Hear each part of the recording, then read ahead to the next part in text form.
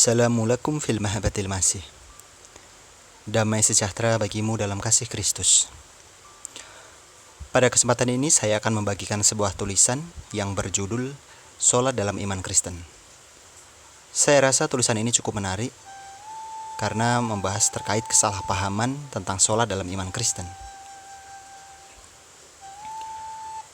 Semoga apa yang saya bacakan ini nanti dapat bermanfaat bagi saudara-saudariku yang terkasih di dalam Kristus. Baik, langsung saja saya bacakan. Tulisan berjudul Sholat dalam Iman Kristen. Bismillahi wal ibni waruhil kudus alilahil wahid amin. Semua umat Masihin atau Kristen, tidak peduli mereka berasal dari gereja Katolik, Ortodoks Oriental, Ortodoks Timur, Assyria dari Timur, dan Protestan maupun Reformasi, sampai detik ini sholat. Kita sebagai umat Kristen Katolik maupun Protestan tentu merasa asing dengan judul yang tertulis di atas. Mungkin sebagian dari kita akan merasa aneh dan berpikir, loh, kok dalam iman Kristen ada sholat? Bukankah sholat hanya ada dalam agama Islam saja? Pertanyaan-pertanyaan tersebut tidaklah salah jika ditanyakan dan adalah hal yang wajar. Karena mayoritas dari kita memang jarang atau bahkan tidak pernah mendengar istilah sholat dalam iman Kristen. Tulisan ini penulis tuliskan tidak lain hanyalah sebagai sebuah bahan perbandingan ataupun jawaban. Di saat kita mungkin diperhadapkan dengan klaim-klaim oleh saudara-saudari kita yang muslim bahwa kita umat Kristen dari gereja Katolik maupun Protestan tidak pernah sholat. Mengingat kita sebagai umat Kristen tidak pernah terlepas dari interaksi dengan saudara-saudari kita yang muslim. Sehingga ada kalanya tanpa disadari, kita terlibat dalam diskusi antar iman. Namun sebagai umat Kristiani, kita memang harus bersaksi tentang Kristus, baik dalam kata-kata maupun kesaksian hidup. Dan tentunya pada kaidah-kaidah kasih dan kelemah lembutan, sebagaimana yang telah dikatakan oleh Rasul Petrus. Kuduskanlah Al-Masih di dalam hatimu sebagai Tuhan, dan siap sedialah pada segala waktu untuk memberi pertanggungan jawab kepada tiap-tiap orang yang meminta pertanggungan jawab dari kamu tentang pengharapan yang ada padamu. Tetapi haruslah dengan lemah lembut dan hormat, dan dengan hati nurani yang murni, supaya mereka yang memfitnah kamu karena hidupmu yang saleh dalam Al-Masih menjadi malu karena fitnahan mereka itu. 1 Petrus bab 3 ayat 15 sampai 16. Selain itu, tulisan singkat ini juga sebagai jawaban kepada saudara-saudari kita dari Kristen Ortodoks Timur, khususnya untuk umatnya yang berasal dari Indonesia. Sebab mereka mengatakan bahwa kita umat Kristen Katolik ataupun Protestan sudah tidak sholat. Benarkah apa yang dikatakan oleh mereka? Oleh sebab itulah tulisan ini bertujuan sebagai informasi untuk kita sekalian umat Kristen pada umumnya, sekaligus untuk meluruskan persepsi yang salah tentang klaim dari saudara-saudari kita yang muslim maupun yang dari Ortodoks Timur, terkhusus umatnya yang berasal dari Indonesia, yang mengatakan sekali lagi bahwa kita umat Kristen dari gereja Katolik dan Protestan sudah tidak pernah sholat. Padahal faktanya umat Kristen Arab dari gereja Ortodoks Timur Tengah tidak berpikir begitu. Lalu apa sih sholat itu seturut budaya kekristenan Arab? Apakah realitas istilah sholat yang hidup dalam tradisi kekristenan Arab? Benarkah sebagaimana yang dikatakan jemaat gereja Ortodoks Timur, terkhusus mereka yang adalah orang Indonesia, yang akhir-akhir ini gemar menulis artikel di internet bahwa mereka hanya Kristen yang melakukan sholat? Benarkah istilah sholat dalam dunia Kristen Arabia teramat sempit, yakni hanya disempatkan pada sholat 7 waktu untuk mengenang kisah hidup Tuhan dan Raja kita Yesus Kristus, atau realitanya lebih luas? Sebelum lebih dalam membahas hal tersebut, perlu kita ketahui bahwa ketika peristiwa pencurahan Roh Kudus atas para rasul, banyak orang yang menyaksikannya berlatar belakang dari negeri-negeri lain, seperti Mesopotamia, Mesir, Libya, Arab, dan seterusnya. Kisah Para Rasul bab 2 ayat 1-12.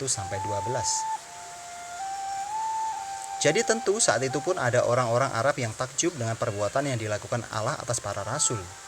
Dan karena saking takjubnya, mereka akhirnya membuka diri untuk menerima Kristus dan menjadi seorang Kristen atau pengikut Kristus. Kisah Para Rasul bab 2 ayat 41.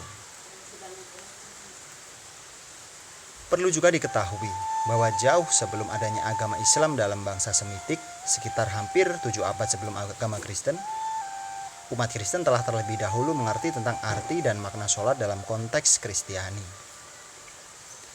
Dalam buku Sholat Al-Masihiyah Al-Qibtiyah atau Kristen Mesir, kekristenan yang dibawa oleh Rasul atau penginjil Markus dikatakan demikian tentang sholat. As-salatu hiya syukru wa du'a wa munajatul khaliq wa tasbihuhu.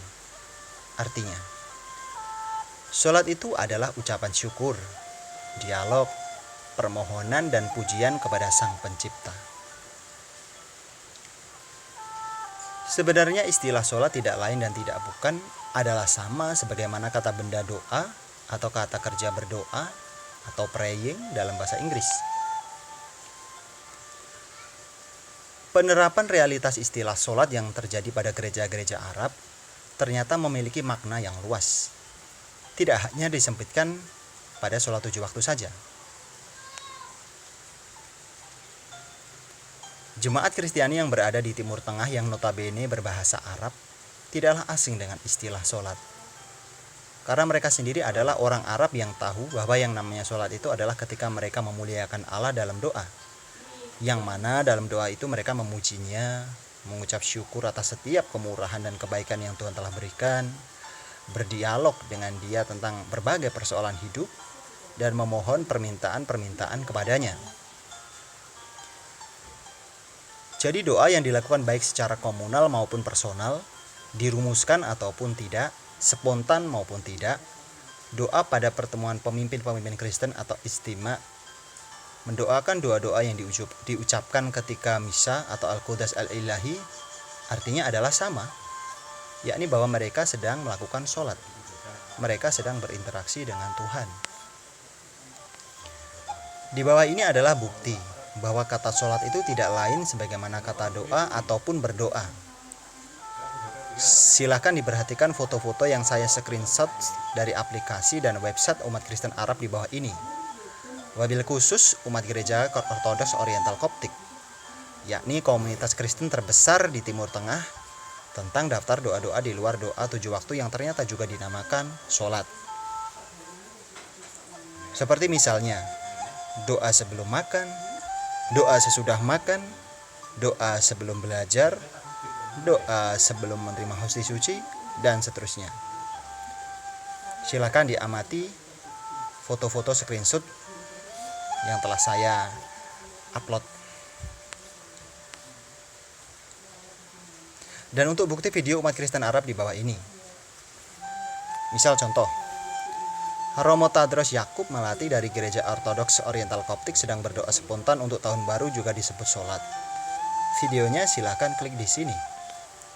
Romo Yakub berdoa spontan untuk mereka yang sedang tertekan juga disebut sholat. Videonya silahkan klik di sini. Gadis Kristen Ortodoks Oriental Koptik sedang berdoa sebelum makan juga disebut sholat. Videonya silahkan klik di sini. Anak laki-laki Kristen Ortodoks Oriental Koptik sedang berdoa sebelum belajar juga disebut sholat. Videonya silahkan klik di sini. Ini hanyalah sedikit bukti. Setiap orang yang setidaknya tahu sedikit saja tentang bahasa Arab sebagaimana penulis, dapat mencari video-video umat Kristen Arab di YouTube. Silakan dicari ketika mereka sedang berdoa dimanapun dan saat apapun. Penulis jamin 100% umat Kristen Arab menamai semua itu dengan sholat. Sebab orang yang berdoa adalah orang yang sedang sholat. Simple, ya sesederhana itu.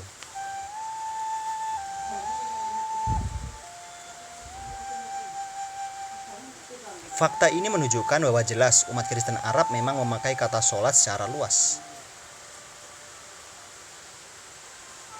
Ya. Saya ulang, fakta ini menunjukkan bahwa jelas umat Kristen Arab memang memaknai kata sholat secara luas.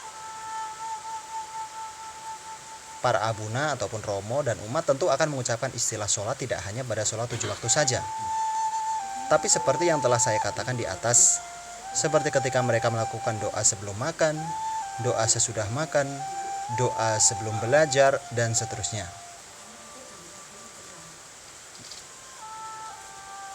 Mengapa sholat itu tidak berbeda sama sekali dengan berdoa? Bukti lainnya, doa Bapa Kami atau Abana. Karena doa ini berdiri sendiri pun juga disebut sholat ar-robaniyah atau sholatur robaniyah, yang artinya doa Tuhan atau doa yang diajarkan oleh Tuhan Yesus Kristus sendiri kepada kita. Ternyata jelas dalam dunia kekristenan Arab, sholat itu memiliki arti dan makna yang luas. Tidak sempit sebagaimana yang dikatakan oleh umat Kristen Ortodoks Timur, terkhusus umatnya yang adalah orang-orang Indonesia. Sebab mereka menyempitkan istilah sholat hanya pada doa 7 waktu yang dirumuskan, dan dengan demikian mengklaim bahwa hanya merekalah Kristen yang melakukan sholat.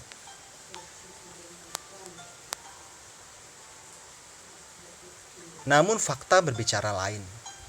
Yang benar dalam budaya kekristenan Arab adalah kata sholat memiliki makna yang luas dan tidak ada bedanya dengan berdoa. Sholat Kristen itu ada berpuluh-puluh jenisnya. Sholat 7 waktu hanyalah salah satu jenis sholat. Itulah kebenarannya. Hal itu sama sebagaimana doa-doa yang ada pada daftar doa di buku Puji Syukur Gereja Katolik. Itu juga adalah jenis-jenis sholat. Ada fakta yang lebih simpel dalam penerapan realitas istilah sholat ini. Semisal contoh, ada orang Kristen di Arab berkata, Tuhan telah mendengarkan doaku. Doaku di sini dalam bahasa Arab dikatakan sholati, atau sholatku, atau doaku.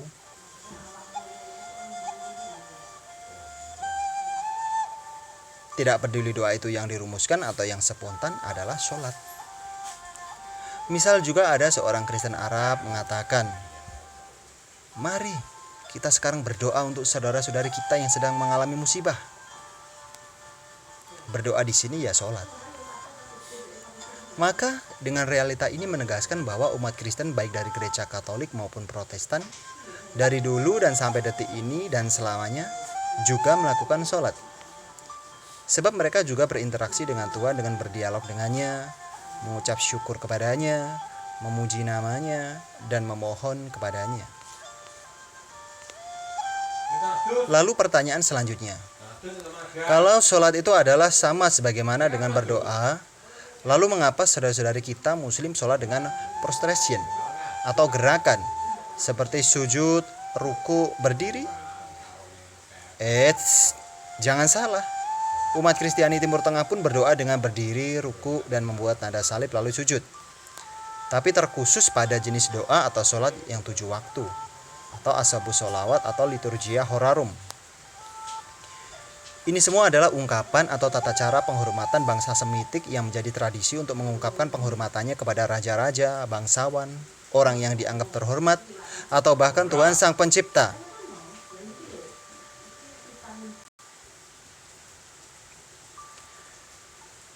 Tradisi ini bisa kita lihat pada kehidupan umat Allah sejak dalam Perjanjian Lama dan Perjanjian Baru, sebagaimana yang tercatat dalam kitab Kejadian bab 17 ayat 3, bab 18 ayat 12, bab 19 ayat 1, bab 23 ayat 7, bab 24 ayat 48, bab 33 ayat 3, bab 33 ayat 7, bab 43 ayat 28, bab 44 ayat 14, di kitab Keluaran bab 18 ayat 17, di kitab Bilangan bab 14 ayat 5, bab 16 ayat 22, di Injil Matius bab 20 ayat 20, bab 26 ayat 39, di Injil Lukas bab 24 ayat 52, di Injil Yohanes bab 9 ayat 38, dan seterusnya.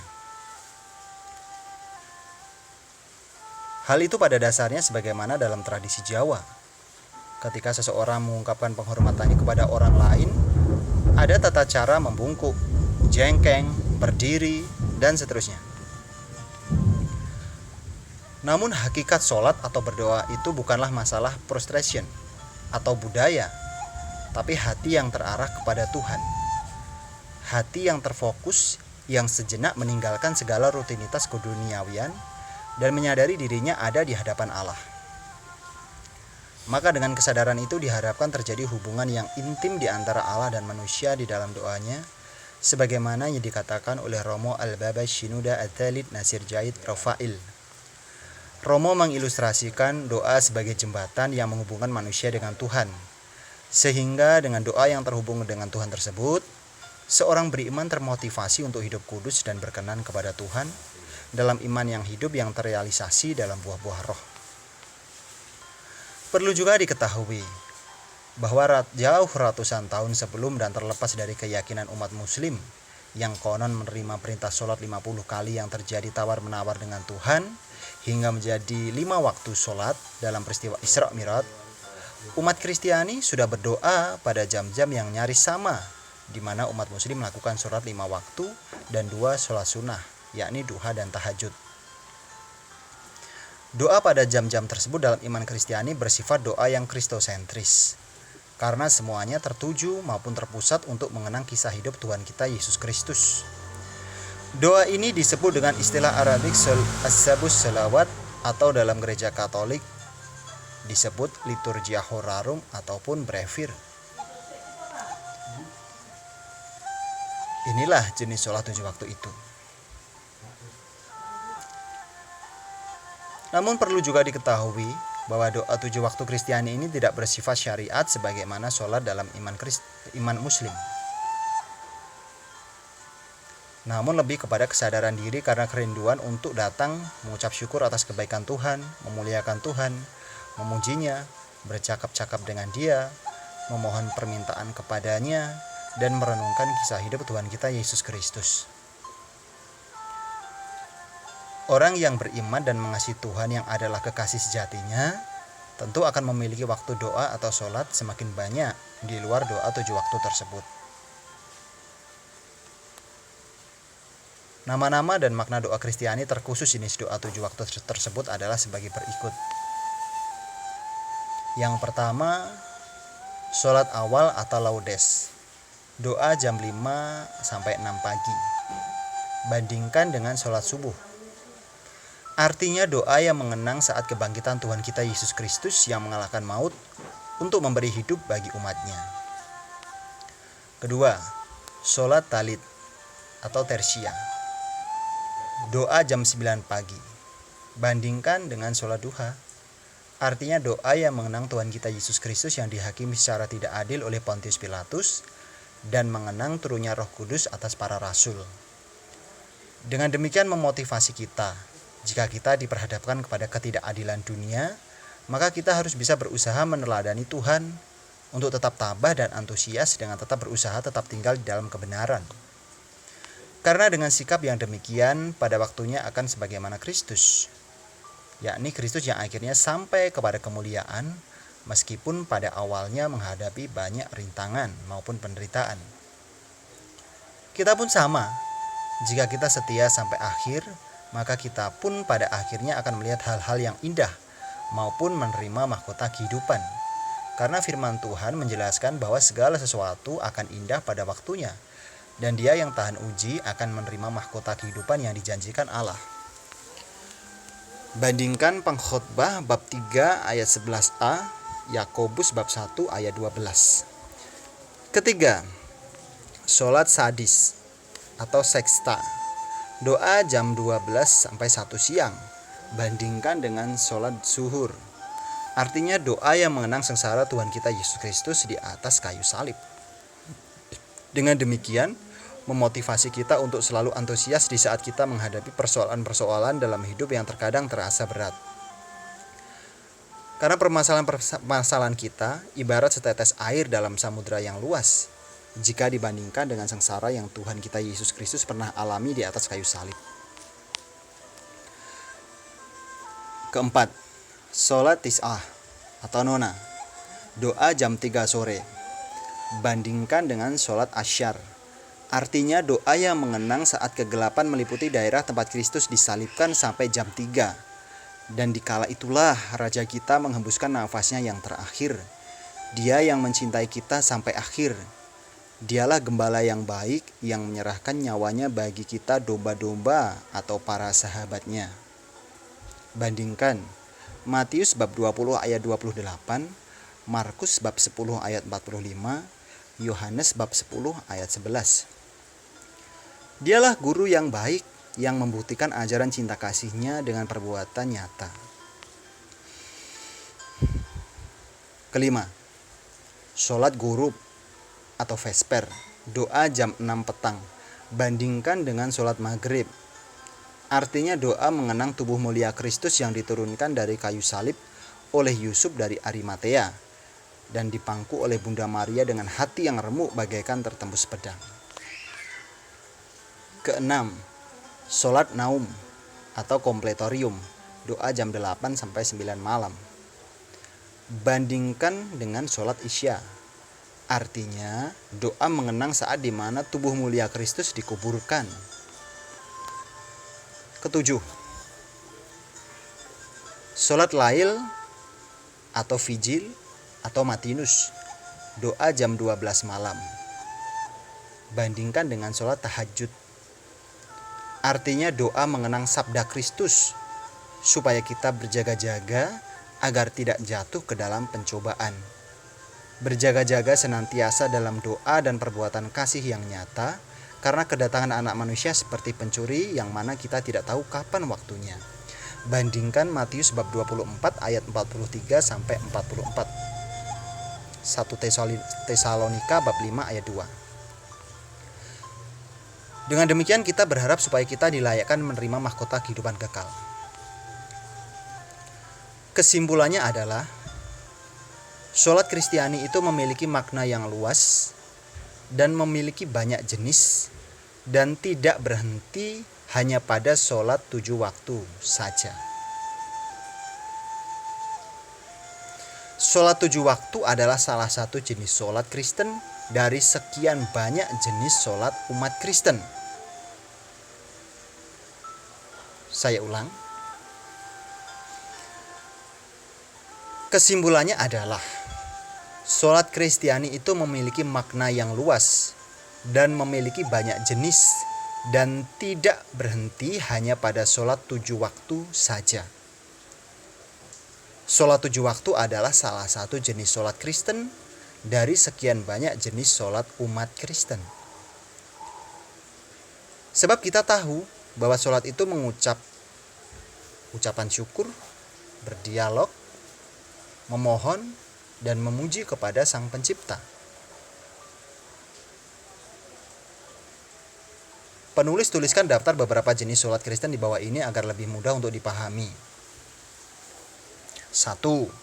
Sholat sebelum makan. 2. Sholat sesudah makan. 3. Sholat sebelum pengakuan dosa. 4. Sholat sesudah pengakuan dosa. 5. Sholat al-adzbiyah atau as-sabus sholawat atau liturgia horarum atau liturgi of the harsh atau brevir atau doa 7 waktu. 6. Sholat sebelum belajar. 7. Sholat sesudah belajar. 8. Sholat sebelum bekerja. 9. Sholat sesudah bekerja. 10. Sholat jenazah. 11. Sholat sate atau saat teduh, istilah gereja Protestan. 12. Sholat untuk calon pasangan hidup. 13. Sholat istima atau pertemuan para majelis kanais, dewan gereja-gereja. 14. Sholatur Robbaniyah atau doa Bapa kami. 15. Sholat-sholat atau doa-doa dalam misa juga disebut sholat. 16. Sholat sebelum bepergian. 17. Sholat ketika hendak pulang dari bepergian. 18. Sholat-sholat atau doa-doa dalam buku puji syukur Katolik seperti doa Rosario, doa Angelus, doa Kerahiman, dan seterusnya. 19. Sholat spontan untuk beberapa ujub yang dikehendaki, dan seterusnya. Catatan: umat Kristen Arab menyebut kata sholat dalam arti jamak atau doa-doa adalah sholawat. Jadi jelas bahwa sholat 7 waktu adalah salah satu jenis sholat Kristen. Dan seturut budaya kekristenan Arabia, tidak benar kalau hanya sholat 7 waktu saja yang dinamakan sholat. Sebab sekali lagi, kata sholat itu digunakan atau diucapkan oleh umat Kristen Arab untuk mengatakan doa atau prayer, atau berdoa atau praying. Ora et labora ketika ditranslatekan ke Arab yang menjadi sholat wa a'mal, berdoa dan bekerja. Jika umat Ortodoks Timur, khususnya umatnya yang di Indonesia, mengatakan bahwa umat Kristen Katolik dan Protestan hanya berdoa, yang menurut mereka hanya diartikan meminta dan tidak sholat, itu sangatlah keliru. Sebab berdoa itu tidak hanya meminta. Umat Kristen dari gereja Katolik maupun Protestan, ketika mereka berdoa ada beberapa unsur di dalamnya, baik itu mengucap syukur, berdialog, meminta maupun memuji Tuhan. Maka jelas, doa, berdoa, prayer, pray, praying, seturut pengertian umat Kristen Indonesia sama dengan sholat, sebagaimana yang dipahami oleh umat Kristen Arab. Sekali lagi, untuk mengerti arti sholat, perlu dicatat deskripsi tentang sholat oleh umat Kristen Arab sendiri yang berbunyi: As-salatu hiya syukru wa du'a wa munajatul khaliq wa tasbihuhu. Memang ada kata Arab doa yang pengertiannya adalah permintaan atau permohonan. Tapi kata itu sepenuhnya memiliki pengertian yang tidak sama dengan doa atau berdoa yang dipahami oleh umat Kristen Indonesia pada umumnya. Sebab doa atau berdoa yang dipahami oleh umat Kristen Indonesia sejak dahulu lebih ke sholat. Doa atau berdoa dalam pengertian umat Kristen Indonesia jelas adalah sholat. Jika tidak demikian, tentu seharusnya doa Bapa Kami disebutnya doa ar-robaniyah. Ya, doa Bapa Kami, jika tidak demikian tentunya harus disebut doa ar-robaniyah atau the Lord request, dan bukan sholatur robaniyah atau the Lord prayer. Tapi faktanya sebutannya adalah sholatur robaniyah, the Lord prayer, doa Tuhan atau doa yang diajarkan oleh Tuhan kepada kita. Lagi pula di dunia Kristen maupun Muslim Arab, kata sholat jika diterjemahkan ke dalam bahasa Inggris memang diterjemahkan dengan prayer.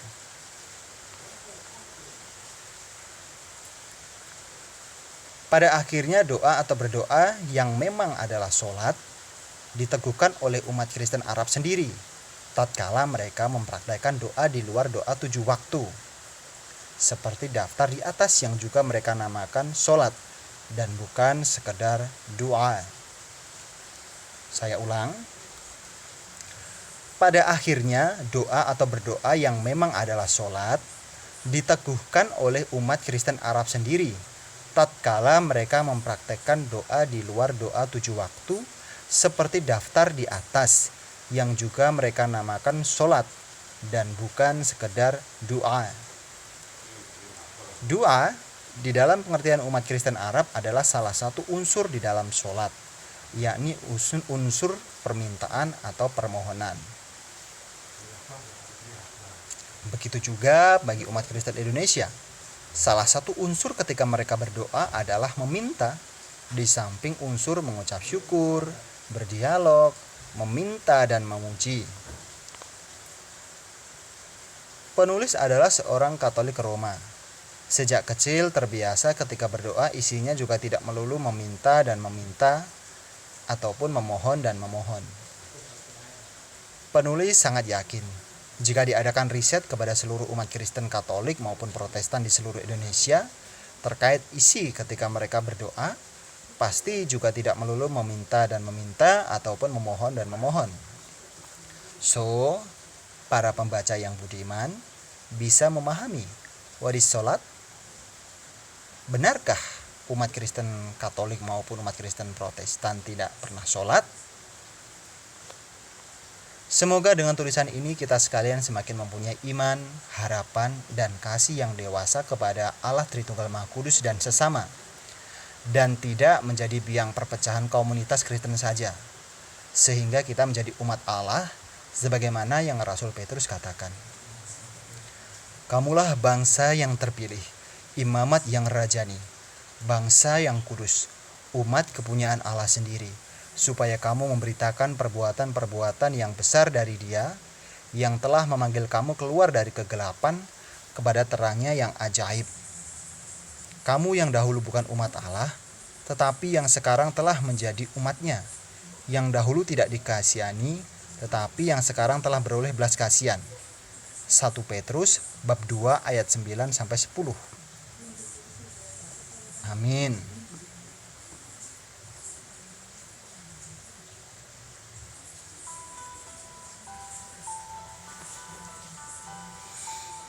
Tambahan penting.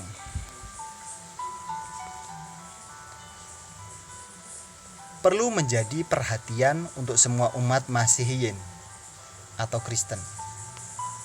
Ada hal yang sangat penting bagaimana seorang Kristen itu harus berdoa atau sholat seturut ajaran Tuhan kita Yesus Kristus. Hal ini sama dengan perintah Tuhan Yesus bagaimana seorang Kristen itu harus berpuasa. Apakah itu?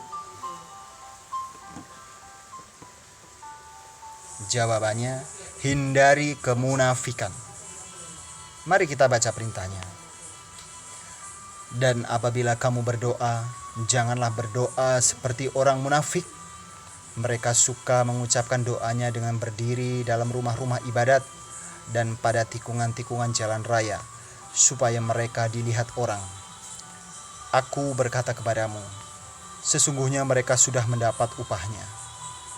Tetapi jika engkau berdoa, masuklah ke dalam kamarmu, tutuplah pintu, dan berdoalah kepada Bapamu yang ada di tempat tersembunyi.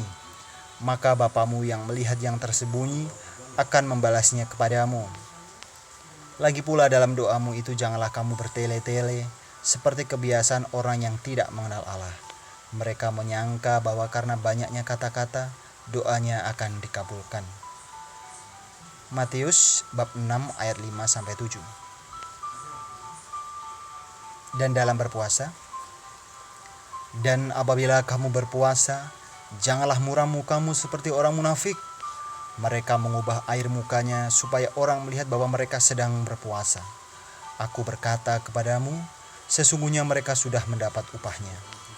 Tetapi apabila engkau berpuasa, minyakilah kepalamu dan cucilah mukamu, supaya jangan dilihat oleh orang bahwa engkau sedang berpuasa, melainkan hanya oleh Bapamu yang ada di tempat tersembunyi. Maka Bapamu yang melihat yang tersembunyi akan membalasnya kepadamu.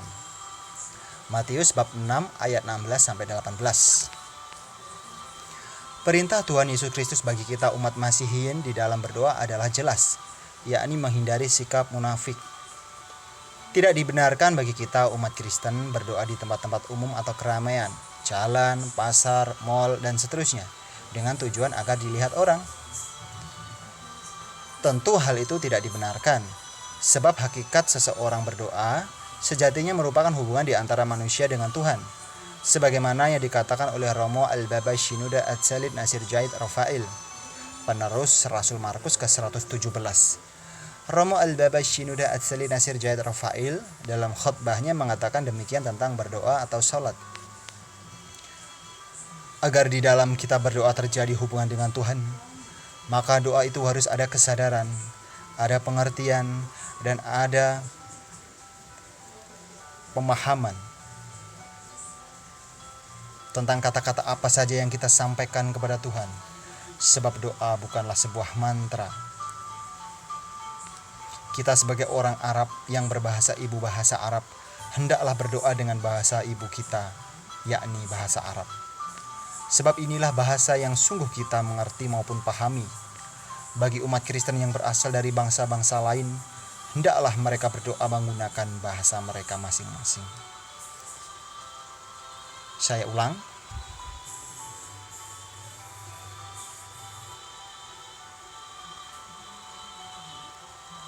Agar di dalam kita berdoa terjadi hubungan dengan Tuhan, maka doa itu harus ada kesadaran, ada pengertian maupun pemahaman tentang kata-kata apa saja yang kita sampaikan kepada Tuhan.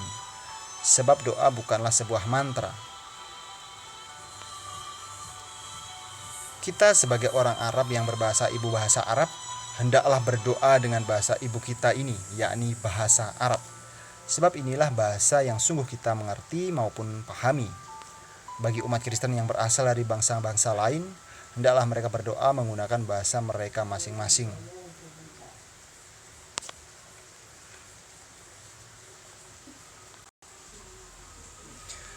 Jelas, seorang Kristen tidak dibenarkan ketika mereka berdoa menggunakan bahasa yang tidak mereka pahami. Sebab hal itu tidak akan membuat hubungan di antara Tuhan dan manusia dapat terjadi. Gereja Ortodoks Oriental Suriah yang dipimpin oleh Romo Al-Patriark Mor Ignatius Avram Atsani Said Karim, penerus Rasul Butrus atau Petrus ke-123 di Antioquia, yang oleh orang Indonesia dikenal sebagai KOS yang berbahasa Arab, juga tidak menggunakan bahasa Arab di dalam beribadah, di mana gerejanya tersebar di seluruh dunia. Misal contoh, kita lihat umatnya yang cukup banyak ada di India beribadah tidak menggunakan bahasa Arab, melainkan dengan bahasa India maupun bahasa Malayalam. Para uskup maupun para imam yang notabene merupakan penerus para rasul telah menjelaskan bagaimana seseorang harus berdoa agar berkenan bagi Tuhan dan agar di dalam berdoa terjalin hubungan di antara Tuhan dan manusia. Maka setiap orang Kristen yang masih berdoa dengan bahasa yang bukan bahasanya atau bahasa yang tidak dimengerti dan dipahami, segeralah bertobat. Janganlah berdoa dengan cara seperti itu. Para uskup maupun para imam yang notabene penerus para rasul tidak menganjurkan hal demikian. Janganlah kita berdoa dengan bahasa Latin, seperti umat Katolik Roma sebelum Konsili Vatikan II. Sebab kita bukanlah orang Latin yang tidak sepenuhnya paham bahasa Latin. Janganlah kita berdoa dengan bahasa Arab, seperti umat KOS Indonesia. Sebab kita bukanlah orang Arab yang tidak paham sepenuhnya bahasa Arab. Janganlah kita berdoa dengan bahasa Spanyol di saat kita bukanlah orang Spanyol yang paham bahasa Spanyol dengan baik, dan seterusnya. Namun hendaklah kita berdoa dengan bahasa ibu yang kita pahami, baik itu bahasa Indonesia, bahasa Jawa, bahasa Sunda, bahasa Batak, bahasa Dayak, bahasa Madura, bahasa Banyuwangi, dan seterusnya. Ini perlu menjadi perhatian bagi semua umat Masihiyin, agar di dalam berdoa boleh terjadi hubungan dengan Tuhan. Romo Al-Baba Shenouda Atalid Nasir Jaid Rafael mengatakan demikian tentang orang-orang yang sukses di dalam berdoa atau sholat. Orang yang sukses dalam doanya adalah orang yang sukses dalam pertobatannya. Orang yang sukses dalam doanya adalah ketika dia berdoa merasakan ada kuasa dari Yang Maha Tinggi. Orang yang sukses dalam doanya adalah orang yang menerima berkat karena doanya. Orang yang sukses dalam doanya adalah ketika berdoa merasakan kehadiran Tuhan dan merasakan kekudusan. Orang yang sukses dalam doanya adalah dia yang merasakan hubungan yang semakin kuat dengan penciptanya. Jadi jelas kunci berdoa agar berkenan bagi Tuhan adalah 1. Menghindari kemunafikan, 2. Menggunakan bahasa ibu, dan 3. Sadar di dalam doanya. Begitu pula dengan berpuasa juga ditekankan oleh Tuhan Yesus Kristus agar tidak bersikap munafik, melainkan berusaha agar tidak diketahui orang ketika dirinya sedang berpuasa. Seorang Kristen yang berdoa dan berpuasa berlawanan dengan perintah Tuhan Yesus Kristus dikatakan olehnya sudah mendapat upahnya. Apakah itu? Yang pasti bukan perkenanan Tuhan, melainkan hanya pujian manusia. Jadi sebagai orang Kristen, janganlah kita beribadah seperti orang-orang di luar iman yang tidak sesuai dengan hikmat Kristus, para rasul, dan para penggantinya. Semoga kita umat Masihiyin terhindar dari segala tata cara beribadah yang dalam pandangan iman kita adalah kesia-siaan, yang tidak mendatangkan rahmat Tuhan. Saya ulang, semoga kita umat Masihiyin terhindar dari segala tata cara beribadah yang dalam pandangan iman kita adalah kesia-siaan yang tidak mendatangkan rahmat Tuhan. Semoga Tuhan menyertai perjuangan kita. Amin. Gloria Patri et Filio et Spiritui Sancto, sicut erat in principio et nun et semper et in saecula saeculorum. Amen.